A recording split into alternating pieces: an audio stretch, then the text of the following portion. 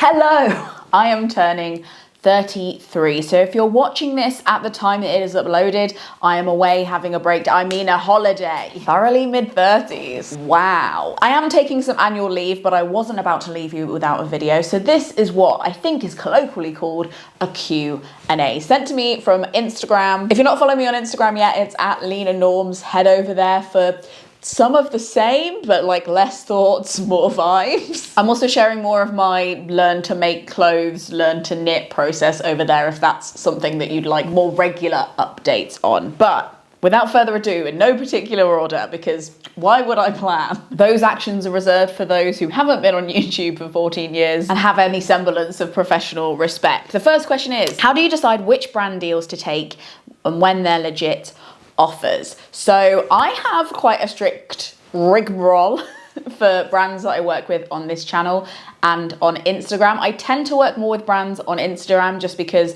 I talk about less serious stuff on Instagram, and I feel like interrupting a serious video with like an advert for toothpaste or deodorant feels a bit weirder. But I have a video linked up here where I talk about the brands that I work with, and I actually talk about all the people that I've turned down, including Bill Gates. That said, however, I don't need brands to be completely perfect for me to work with them. Otherwise, I'd literally never work with anyone. But I do need to see that they're doing their best given the world circumstances. And if you take that question seriously, it becomes a very short list. But I'm able to be as picky as I am because I have a lovely group of supporters over on Patreon called the Gumption Club. So if you enjoy not being interrupted by ads all the time on this channel, I think like the last ad I did was about a month ago, and before that it was 5 months ago, you have them to thank. Give an unpopular opinion. Speaking of Patreon, I actually just did a whole episode on unpopular opinions that I have. So if you're interested in those spicy details, then you can head over there. But from the top of my head, one of my unpopular opinions that I was talking about in that episode was the fact that I think that people who own dogs should also have to get a dog license. As somebody who's previously been a dog owner and occasionally a dog sitter for my parents, I think people in this country are really bad at owning dogs. Not only in the way that like caring for them, but also I jog every other day and I can't tell you how often I'm chased by dogs. And I love dogs, I'm fine with dogs, that's okay. But imagine all the people that aren't okay with dogs. I need you, if you're a dog owner and your dog does something in public to somebody you don't know, I need you to be I need to bring the energy of being as apologetic as if you yourself did it. So if you chase somebody and shout at them, imagine apologizing for that, not just for your dog. If your dog shits on my shoes, I need you to be as sorry as if you had shit on my shoes. But yeah, I think it's also connected. I get more annoyed about it, because I think it's more connected to like re-actualizing animals as sentient beings that have like their own agendas and their own rights apart from humans. And I think that once you start learning about breeding dogs, it gets really weird. And generally, I think the responsibility of owning a dog is as important, if not more important, than owning a car. And we don't let people just buy cars. We do require them to take tests and learn how to look after and handle them. So I just think it should be the same for dogs. But I'm willing to be wrong. And also, I would not make anybody pay to get a dog license and educate themselves on dog ownership, especially if they're adopting a dog, which is frankly the heavily preferable option. Anyway, I'm getting all throat moany, you know, when you like feel a lot about something and then you start ranting about it and then you forget where you are and you're like, I'm getting like that, so I'll stop. Now that you sew, anything you wish to create from a favorite film? Oh my God, yes. So first off, I would love to sew the curtain outfits that the Von Trapp family wear. I've been scouring the internet for curtains and low-key, I think I might have found an option. Also, the brown dress from Becoming Jane that I've seen Rachel Maxey make.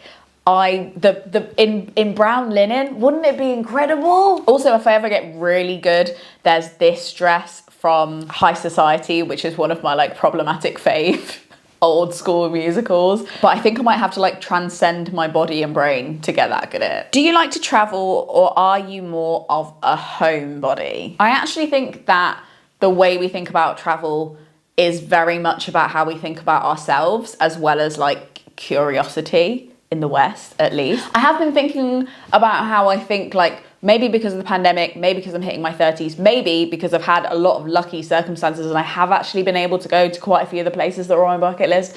I feel like I'm renegotiating my relationship to travel, if that makes sense. I am willing to fly occasionally where there is no way I could get there any other way, and I'm taking a long trip that has a lot of meaning to it and is something that I'll be able to cherish for a long time and not have to fly again. But I do think that like my fantasies in my early 20s about like exploring everywhere, wanderlust, being like Sir Alan Moore and like just going everywhere with my passport was also linked to this deep anxiety that I wouldn't be able to have a permanent home. Like I wouldn't be able to afford to have a house that nobody could kick me out of. Links up here if you want to watch my videos about home ownership. But I think now that I have the opportunity to have somewhere safe and explore and integrate myself in the community around me, I'm as stimulated by that a lot of the time. That was more of an answer than you wanted. I'd say that I'm becoming more of a homebody, and maybe it's just my age. It's not that deep. I'm not special.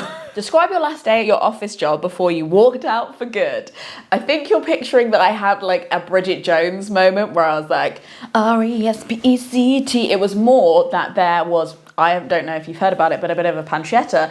And I quit on Zoom. And the last time that I was in the office before that, I was like, mildly laughing at the people who were like, we probably won't be able to come back into the office on Monday. And I was like, okay.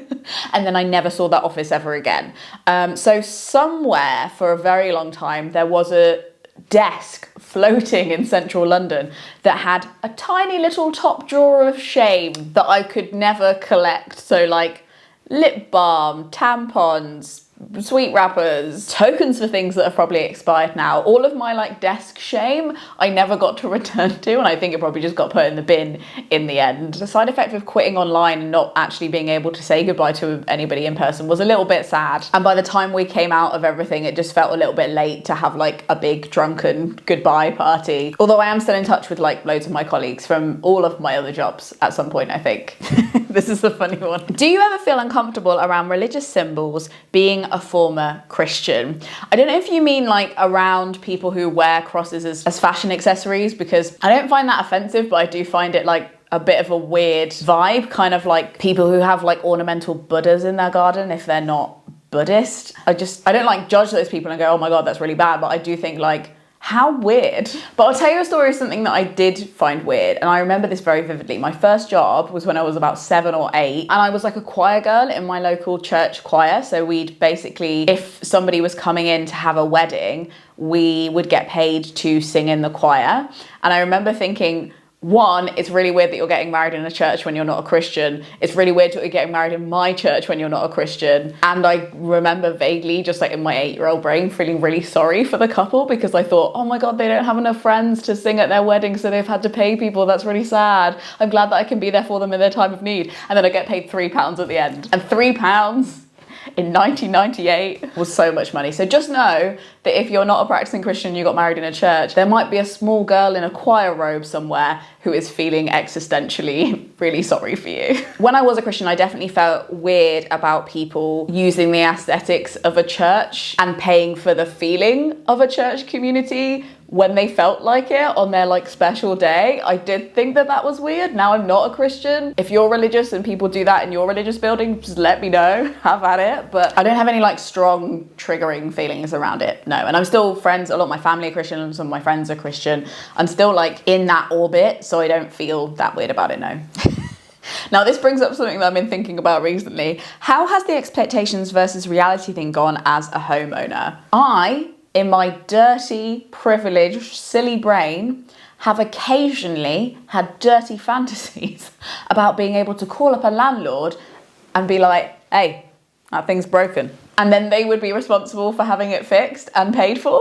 Whereas when you have your own house, you do have to arrange and pay for all those things myself. But then I remember that the grass is brown on both sides. And actually, when I did have to do that, the guilt wasn't there, because yes, I'd done my part, I'd reported it. But also, how often was that problem ever fixed within years of me reporting it? Barely ever. So in summary, I'm incredibly lucky to own a house. And the only realities that in any way disgruntled me was like how expensive some parts of house upkeep are. But I cannot complain, and it is so much cheaper than living in London. Video up here if you want to see that. I'm a lucky little sunflower. and I need to remember that. What is the work-life balance? What is the work-life balance? Very good question, Dog with Capulet. What is the work-life balance? If you find out, please let me know. You post your videos on Mondays, so does this mean you work on the weekends? I don't work on the weekends most of the time. I work with my partner Craig and we make sure that the videos are ready by at least the Friday, if not the Thursday before they go up, because I release them to patrons usually around that time. So if you are a patron, you get early access to those videos and you'll know that they are ready at least a few days in advance, if not a week. So the ideal plan is always built around no, but every now and then it's a yes. If it's a big video, or I've taken off some days in the week, or I've taken on some other freelance tasks that I really shouldn't have and I should have been focusing on this. What is your current favorite piece of clothing? Probably this. This was gifted to me by Lucy and Yak as part of my partnership with them on Instagram, and I'm kind of obsessed. But I also recently finished my very first cardigan ever. You can see the story of me making that over on my Instagram, and I am really proud of that. What made you decide not to have kids? Now, I think this is really interesting because it implies that there is a decision to not rather than a decision to. And I think as a society, the reason we're made to feel like we have to make a decision about not having kids, like a double negative, is because they've answered the question for you. You're having kids. Like, that's the default. So I think, yeah, while I get it, that it is kind of a decision to resist that, I'd like to reframe the question in that the default should be, don't thoughtlessly do something if you've got the opportunity to not, and only make a decision to do it if you are 100% committed to that being your priority, whatever happens. But yeah, short answer, you can't make yourself all in on something or really excited about something if you're not naturally. And I feel like I'm one of those people who's not naturally, and I do fervently believe in the idea that children should be wanted, and you can't make yourself want something. That's the short answer. Catch me in a pub at 10 p.m. after 3 wines, and the answer, oh, it will be longer. Do you have any advice on nurturing long distance friendships? Yes, don't have very many of them, and also you need to plan ahead. I tried to have lots of these, and it's logistically not possible and will make you feel very lonely, because I do feel like it's important to have friends near you, in your vicinity, people that you can touch and smell and feel regularly, and or people at work. Just me personally, I think both are important. It also sucks to just have to miss your friends all the time, so I do pick the people that I can be in long distance friendships with very carefully, because I love too much, what can I say? But also plan ahead. Like, I feel like as soon as you see somebody, make sure you've got another date in the diary to either talk or see them again, because otherwise I have issues with, I think some people call it object permanence, whereas when somebody is not in front of me or directly addressing me, or I can't see them, sometimes I just like forget they're there, and not in a like a horrible way, just in a like tumbleweed kind of way. And the final question, do you see an end date to the YouTube portion of your career? What would you do instead?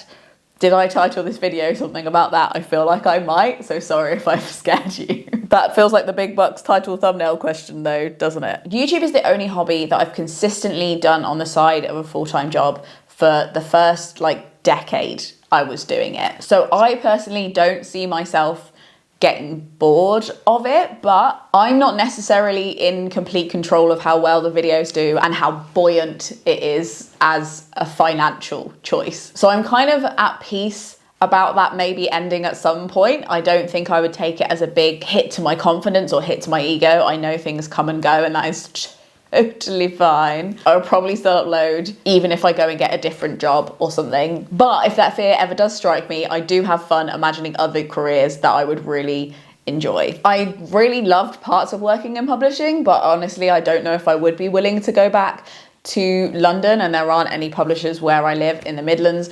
So I kind of fantasize about being a freelance walking tour guide. I love me a walking tour, and I think I'd really enjoy that intense, existential, chatty walking experience of like taking a group of strangers around and getting to know them for like 3 hours and then saying bye to them forever. So I'd love to be like a literary themed tour guide or something. I think I'd really jam with being a librarian. I've been a bookseller before. I'd love to be a bookseller again. Maybe I'd do a massive crowdfunder and try and buy a bookshop and then like run the bookshop and record myself running the bookshop on YouTube. That would be quite fun. I think now I know more about myself, I know that I work best with either like quiet, deep focus, my project only kind of work. So like maybe like a novel writer or something, or like quick on your feet, conversational teamwork that is very low stakes. Like I enjoyed working at a bar I'd probably enjoy working at a coffee shop. Maybe I could like run craft fairs or something.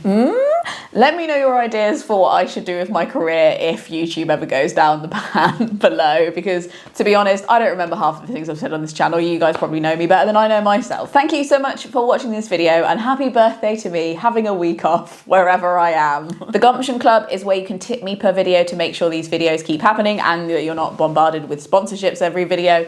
That is below. You can also join a secret Facebook group where we chat every day about completely random things, but mainly to do with being more gumption filled in our lives. If you like this video, you might like some of these videos, and I think that's all I have to say. Frog Snog out.